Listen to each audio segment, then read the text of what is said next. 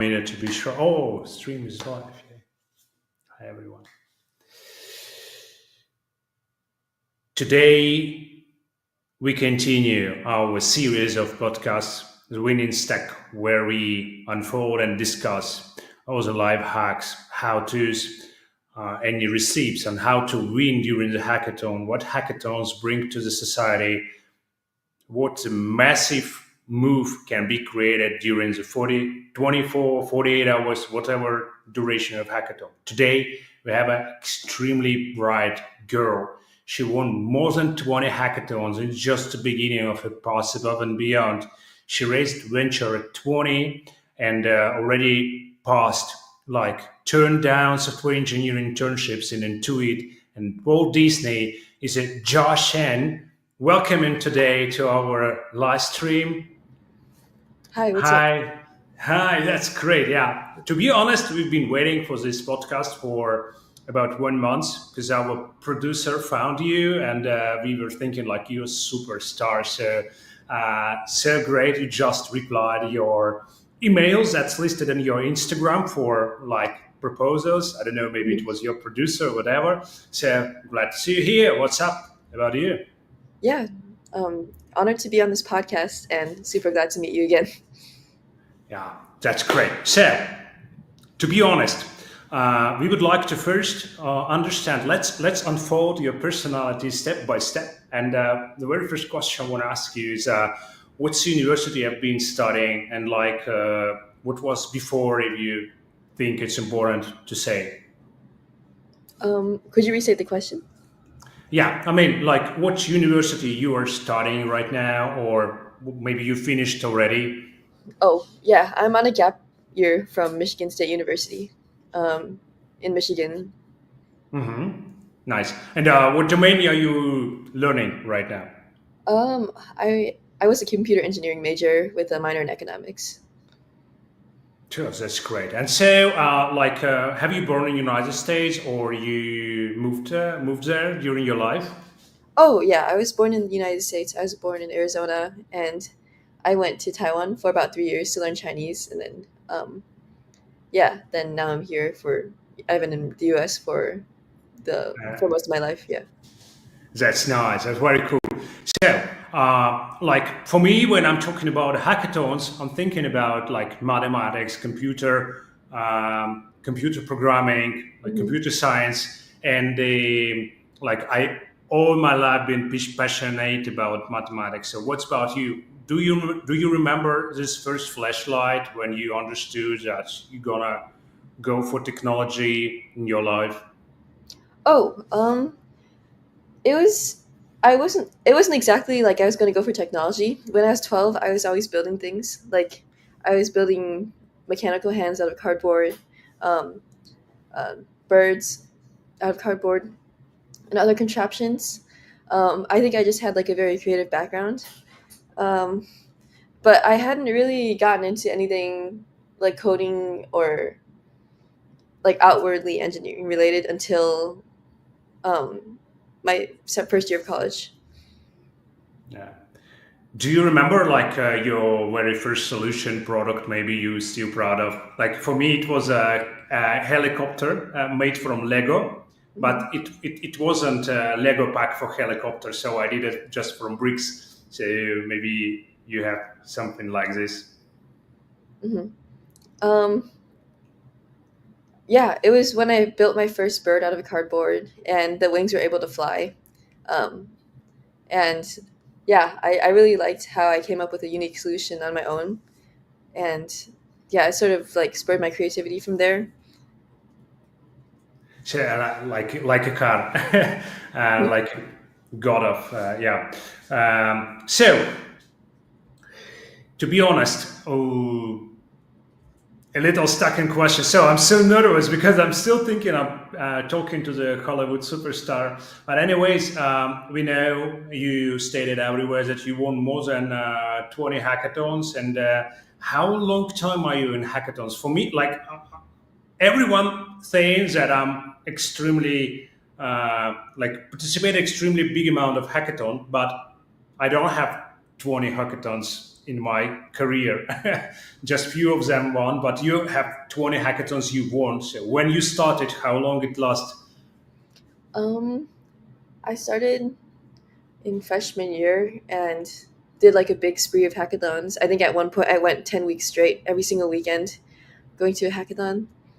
And then took a little bit of a break and then did like another spree of hackathons. And then now I'm officially quit to do the company. But yeah, I think there was like a big burst of time where I was going to a hackathon every weekend and people would just be joking at my university that I was never there. Gosh, but like an instant question: are you sleeping at hackathon or coding round code?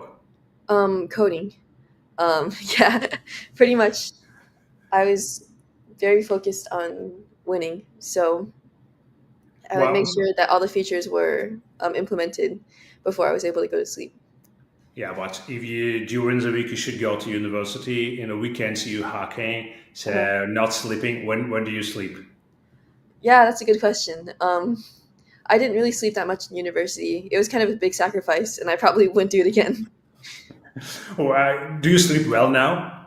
Um, for the startup, not as well. No. So like we never fall into paradise, yeah, in this life. So it always will be some race. So okay, how you answered my next question about how often. So um, for the last year, it was more than 1,000 hackathons all around the world, Mhm. and they just was wondering like, are you traveling for hackathons? Like which countries you participated as a Oh, hacker? yeah, I did travel for hackathons. Sometimes hackathons offer travel reimbursement. So, um, yeah, particularly university hackathons, when you like, scroll down to the bottom of their page and they have like reimbursements for travel. Um, or I would use the previous hackathon money I won from the last hackathon to travel. So I always had incentive to win because I needed to travel to the next hackathon with the previous prize money. And then there's this company called EZA, and they provide travel reimbursements to their hackathons. And like, what do you feel when you win the hackathon? What do I feel? Yeah, yeah. Like, imagine we are at hackathon right now, everything finished, like, and in 5 minutes, results are going to be announced. Yeah, Oh, before I win or after I win? yeah, yeah. I mean, in 5 minutes, like, organizers are gonna present the results, Oh, and yeah, we are at the moment 5 minutes before this. I guess you quite nervous, yeah, and. um, mhm. It's coming, they announce, and you win. Like, what is it for you? Like, what's Oh, winnership in hackathon gives to you? um, I think I feel a sense of relief when I win. Um, I think going to like hackathons in it of itself is like an opportunity, but also a risk where like you're giving up a bit of your time. Um, yeah, to participate in a long competition, and it's just relieving to know that your hard work paid off. Okay.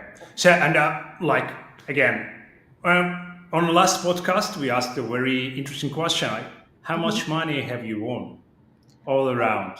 Yeah, I think about $20,000 in prizes. Okay, nice. And good. So, what's the biggest prize you won in a hackathon?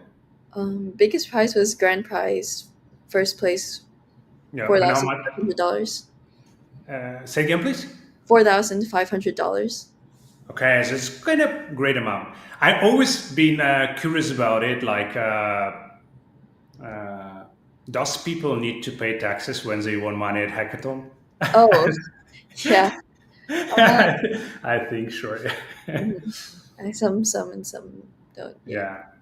Okay, so I think we need to go to more specific questions. So we promised our audience to talk about the life hacks during the hackathon.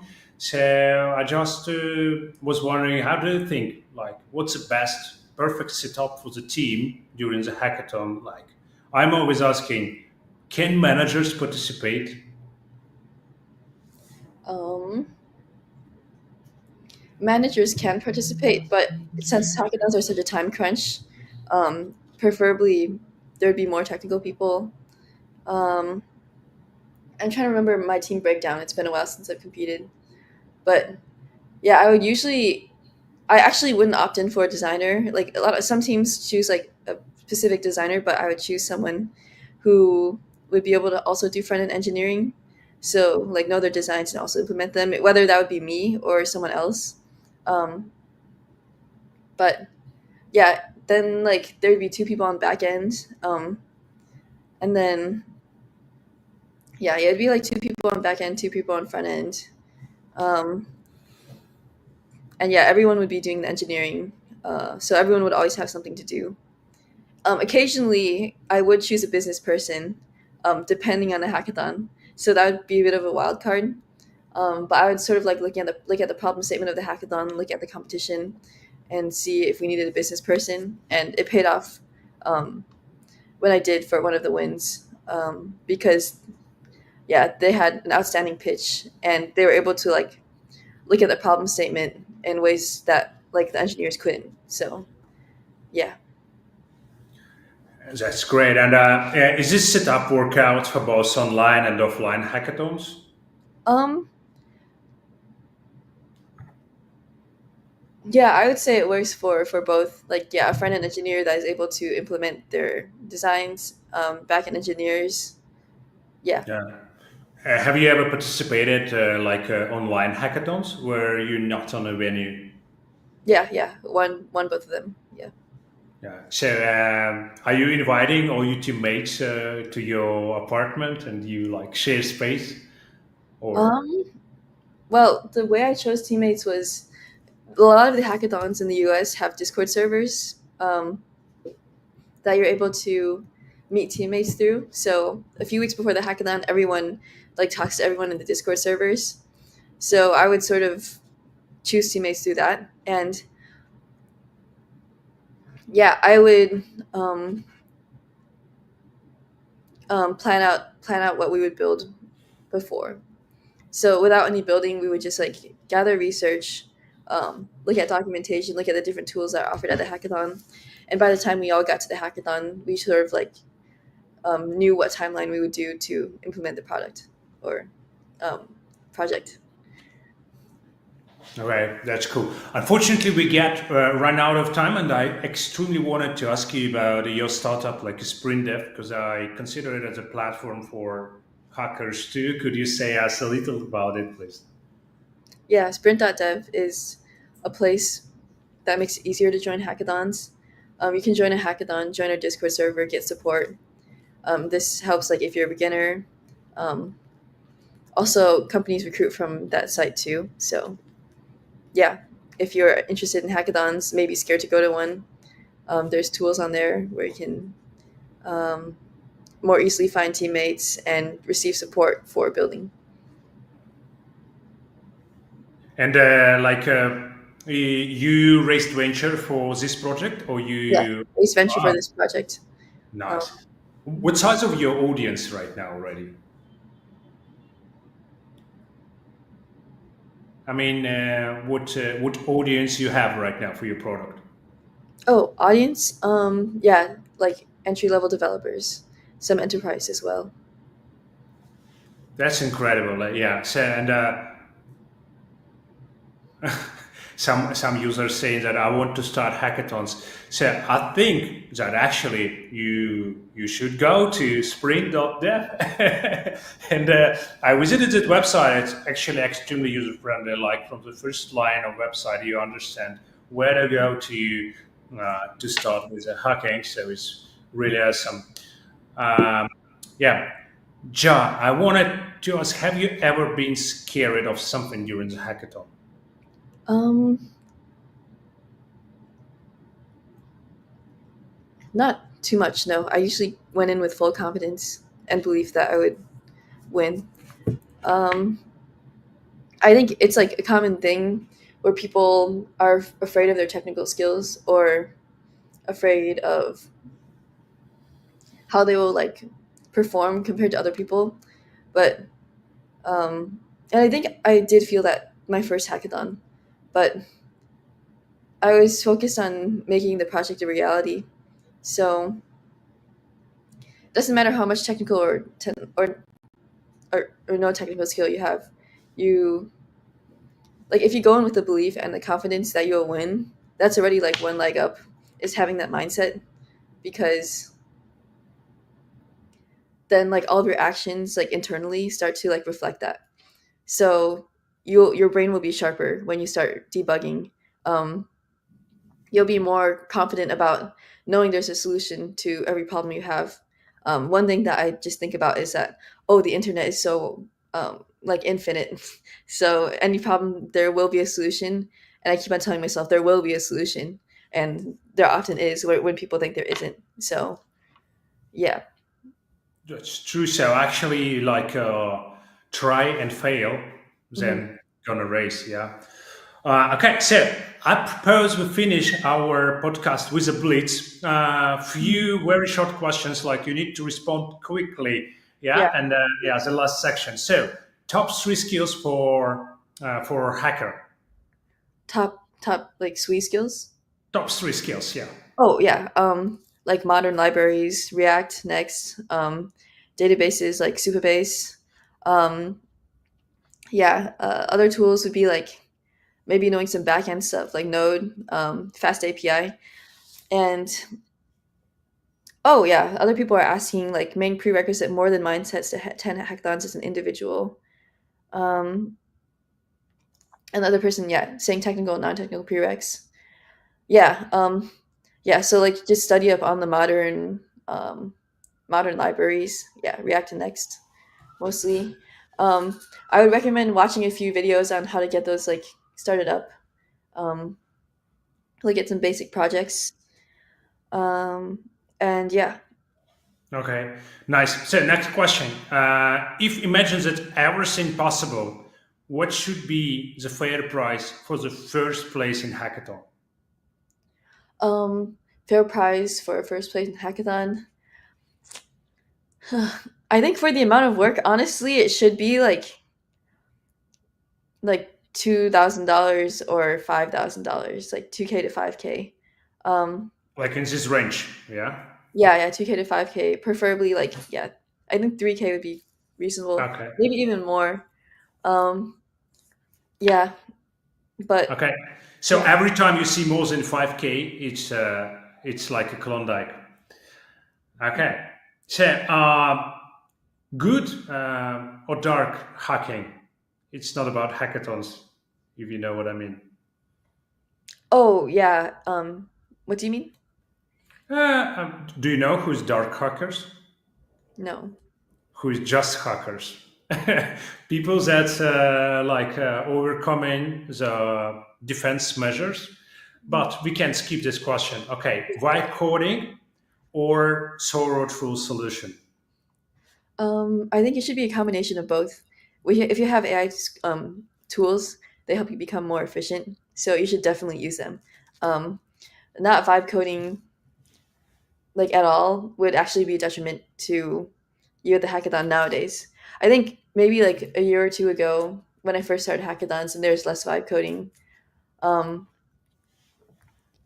there were still ways to like leverage like open source like YouTube and things like that. But nowadays there are these tools, everyone will be using them, so like keep a competitive advantage and use them as well.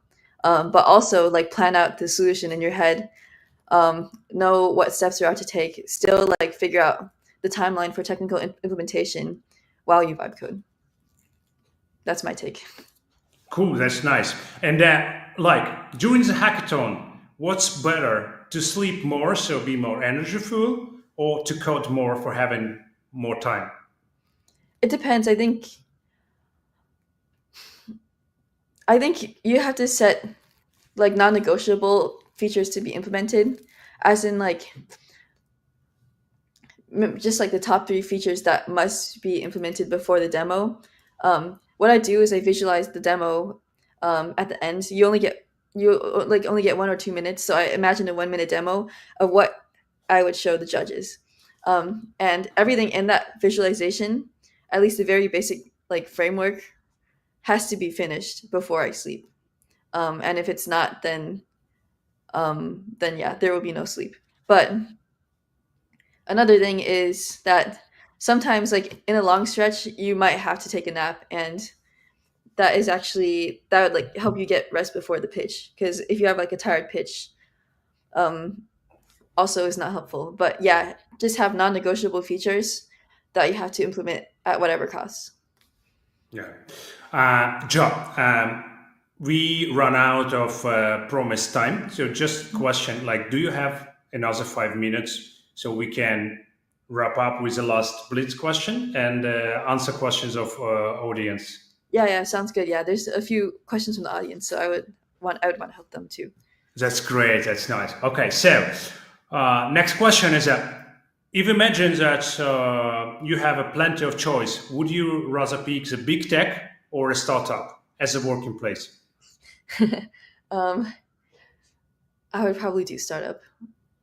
I think um, I like the fast-paced environment. I like the amount of agency and decision making you get to have. I also sometimes don't like it too as well because it's pressuring. But I think it's much more of an adventure, much more of a story, and yeah, I would probably choose startups over big tech most of the time. Yeah, that's great. To be honest, me too. I also prefer startup for its space. Yeah, absolutely exact word for describing difference. Anyways, in your during your internship at Walt Disney, like, have you understood what's the big tech or it was like startup vibe? Oh, yeah, I was offered a position for Disney, but I had to turn it down because of the startup. And yeah, I guess I haven't truly experienced too much of big tech, but I did kind of want to experience it for a little bit, but I think even I think there's a lot of growth opportunity in startups by default. So sometimes you just got to make sacrifices and go for something that you know will help you grow in the direction you want to grow. That's true. That's true. That's real freedom, as far as I feel it. Mhm. So imagine everything is possible again. As I really love this statement. You are going to build a new team, brand new team for the hackathon. You're going to participate. Are you going to build this team, picking up from experts or from your friends? Oh, are you going to build a team from experts or are you going to build a team with your friends? Um, yeah, this is a good question. So, a lot of mistakes I notice people make with choosing teammates is that they look at the credential first versus the actual projects that the people build or the actual experience or mentality that people have. So, they look at, oh, like big school researcher, and they're like, oh, this person's going to be cracked. Um, they don't look at their GitHub. Their GitHub is inactive. Uh, and also, within the first 2 hours of the hackathon, the person is like, "Oh, probably this probably won't work, so I'm probably just gonna go to sleep." And then they come to me and they're like, "Whoa, wait, like, Ja, I thought they were gonna be cracked, and they ended up not um, doing what I thought they would." Um, so yeah, I think for choosing teammates, whether it's like a friend or a supposed expert, like look at the GitHub, look at like analyze the conversation that you guys initially have, whether it's on call or on text. I think, yeah, on text. They're like, "Oh, I want to try my best at this hackathon. I'm passionate about this area." See the way they talk about the different like tools you suggest, like whatever APIs, and you'll kind of get a sense about how they'll actually operate within the actual hackathon.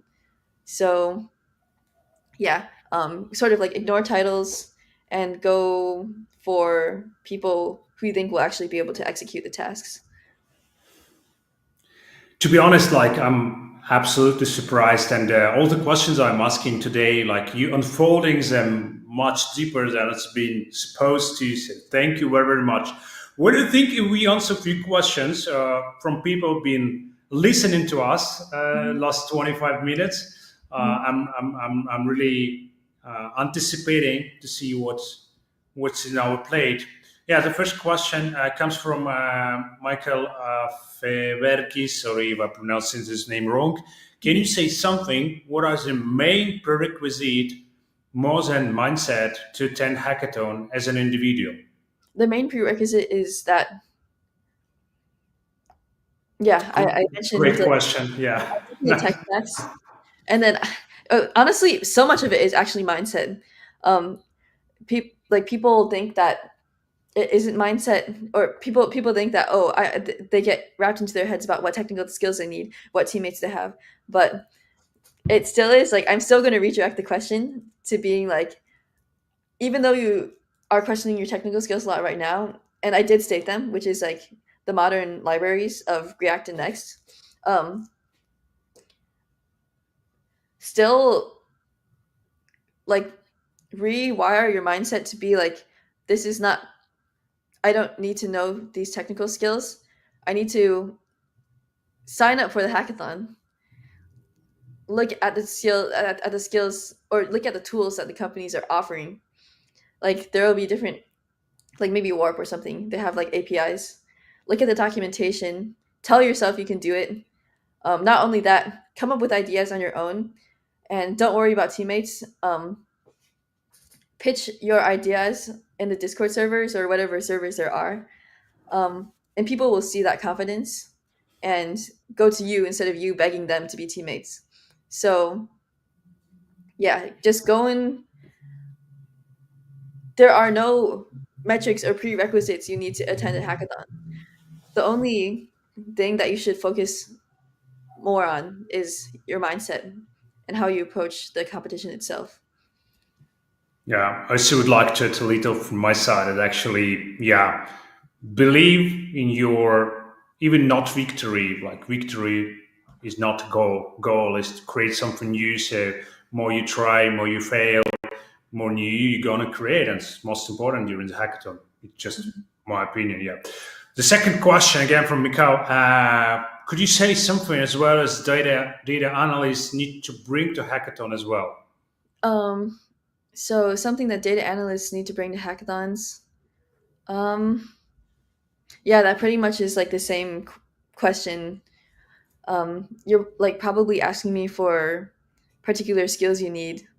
Um, but yeah, I think something that would be helpful though is you can go to DevPost or any other hackathon site and look at previous projects and see like what stacks people are using, what kind of projects are being built. Look at some demos, and that will probably also be reassuring to you as well. Because honestly, there are so many different tracks and so many different tools that the tools will vary. Um, but look at the different combinations of tools for different projects or different tracks, and that will help you figure out like what tools you need to build whatever solution that you thought of. Okay, the next question is from Rishabh. How to brainstorm unique idea as we think something unique but's already been implemented before.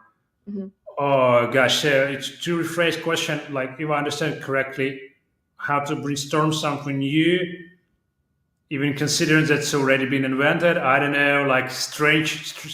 Yeah, go ahead, Jay. Great question, to be honest. Yeah. Yeah. So when, yeah, that's a pretty common question. It's people struggle with coming up with unique ideas, but I think a way to make ideas unique is to look at the people who are you really solving the problem for. Um, yes, and like in theory, okay, let's think about this. Like maybe like a resume builder app. Everyone's going to be making the same resume builder ChatGPT wrapper app. Um, but if you look at, so go to, so you start thinking about the people. Think about the people that would be using this resume builder, um, and then narrow it down to people who would be even more affected by like a unique solution. So the general people that are building this resume builder are like, yeah, entry level students. Um, and now you break down each of the groups of students.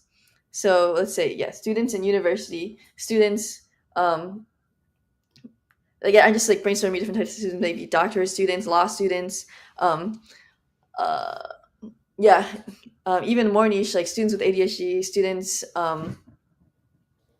yeah, any kinds of students. And so instead of this large like group of people, you find the different subgroups of that, and then you put yourself in the shoes of those people, or you look online and see what the biggest problems these groups are solving.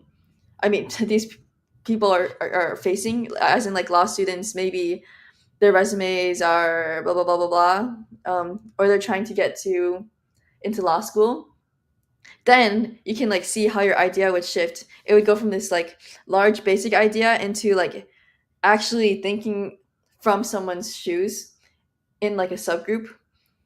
So now you have a niche, and now you have a very specific problem that would solve the niche, um, almost flawlessly or seemingly flawlessly.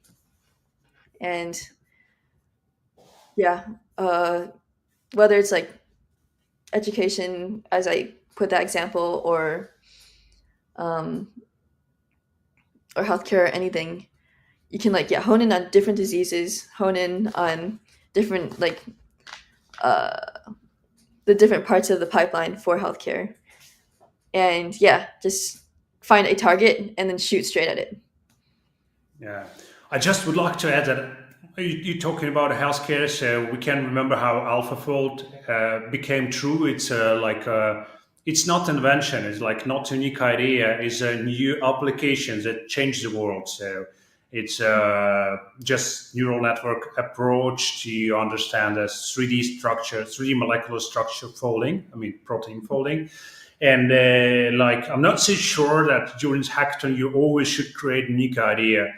Sometimes I would say even 99% out of time, out of 100, you need to find a good application, find a way you solve the problem. And even Guy from our first podcast, episode one, Vili Tovjainen, like on the very last Junction hackathon, he created a hardware device. Yeah, nothing unique there, but is a unique solution for the problem that's been stated during the hackathon.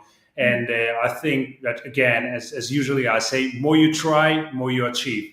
Hmm. Yeah, yeah, that's a good way to put it. Yeah. Okay, so we have the next question. I think that we apparently need to start to wrap up. So I think it's like maybe one or two questions more, and we finish. So, John, can you let us know how we can identify problems in company which works in automation business and provide those solutions to other companies? Okay, I'm gonna look at the question again. So, identify problems in the company which works in automation. Yeah, yeah, like how to identify I problems in consulting company, maybe to help them with something. um, how you go about it? When I'm talking about automation, I'm talking about mostly agentic AI. So, like how to identify problems in companies providing agentic AI service to another big businesses. Interesting, I think quite just tangled. talk to the people who represent the company, either online or in person. Just talk to them directly. Giant, big question from my side. How to start this conversation to these people? Oh, how to start the conversation to those people?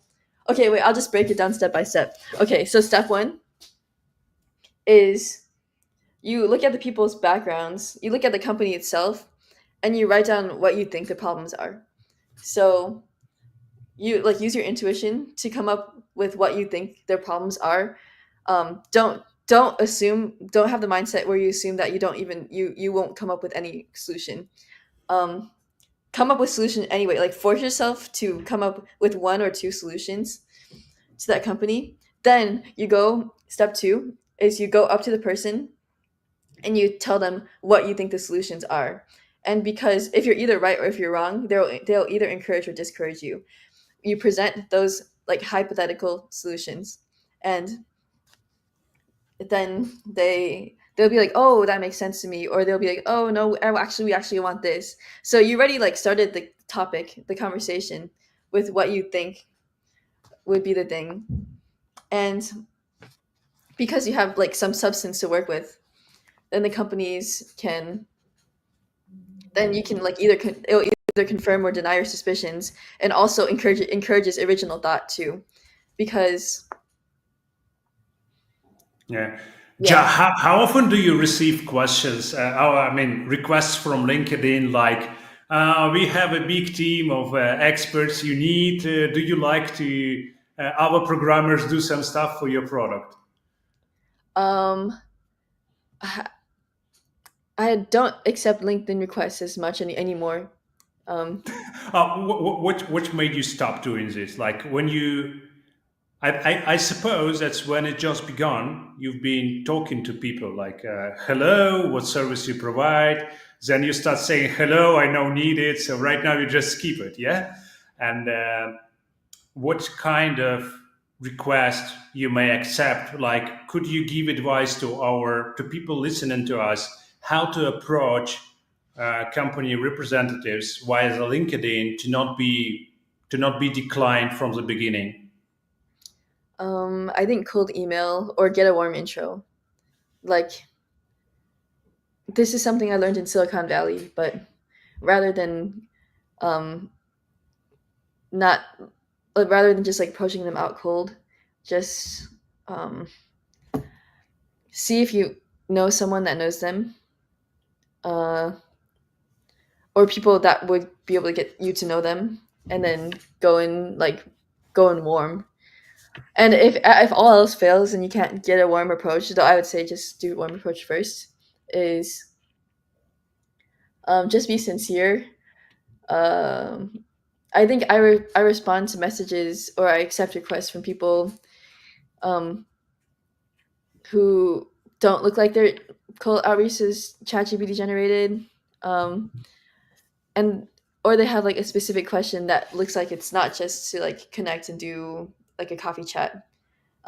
Like there's just so many of the same messages, but if there's someone who has like a very unique question, or who has a unique insight, or says that we like connected from a similar space, as in like, oh, I also do hackathons, or I also do this, then I would accept the request. Okay, so it's not, to be honest, it's like can be heard at just words, but it's very important, very deep. So if you want to establish connection to anyone, yeah, some work have to be done instead of just texting like, "Hi, I'm having engineers. Don't you like to work together?" Yeah, it doesn't work out. Yeah. From my side, I would like us to add that hackathons is a great place to obtain new contacts. Yeah, Mhm. because like for me, for my business, like any contact I'm having returns back during the 5 years. So like if today I Mhm. got new you job, so probably within next 5 years we will have same project. Maybe no, but not tomorrow. Yeah, not Yeah. in 1 month. Yeah, we need to build up this trust, this confidence, and somewhere in future we maybe will be beneficial. Our partnership may be beneficial to our businesses, but like invest today to have success in 5 years. Yeah. Mhm. Second thing I wanted to say that there is a book from Rob Fitzpatrick. It's called the Mom Test. Maybe Yeah. it Yeah. will Yeah. appear here. Yeah, as like a Klondike of recipes, which works and which not. Mhm. Yeah. Yeah. I was about to mention that earlier, but Yeah, that's great. So I think that it was great conversation, Joe. Thank you so much for responding, for joining, and I would appreciate if you can give like the last advice to all the hackers listening to us. Like, if you have just one word to express your opinion, like what would you wish to the hackers that are yet to start a hackathon? go in fearlessly. Don't care about your technical skills. Just sign up for the hackathon and attend. If you don't win, that's fine. Just go to the next one. That's awesome. That's like making me curious about participating in every hackathon I can. Yeah. Hmm. Thank you very much, Joe. Hmm. And I think that actually we also would like to announce that in June we gonna have a hackathon here in Lisbon. It's gonna be held in a hybrid format. It's called Alex Ton. In Portuguese, it's gonna be pronounced Eleição, and it's gonna be in hybrid format, micro hack, like first day online and second day on the venue. We are not limited amount of people who are going to participate, so we're gonna announce it soon. And please join us, and let's enjoy hacking together, like trying, failing, participate in educational meetups, and we get to know a lot together. Thank you so much for joining. Huge thanks to Joy again, and see you soon. Please subscribe, put likes. I'm doing this first time, like really, like what we need to say, like put like, yeah, subscribe, and click the bell. It's true. Did I forget something? Yeah, that was good. Yeah. So nice. I think we get out of life. Thank you so much, everyone.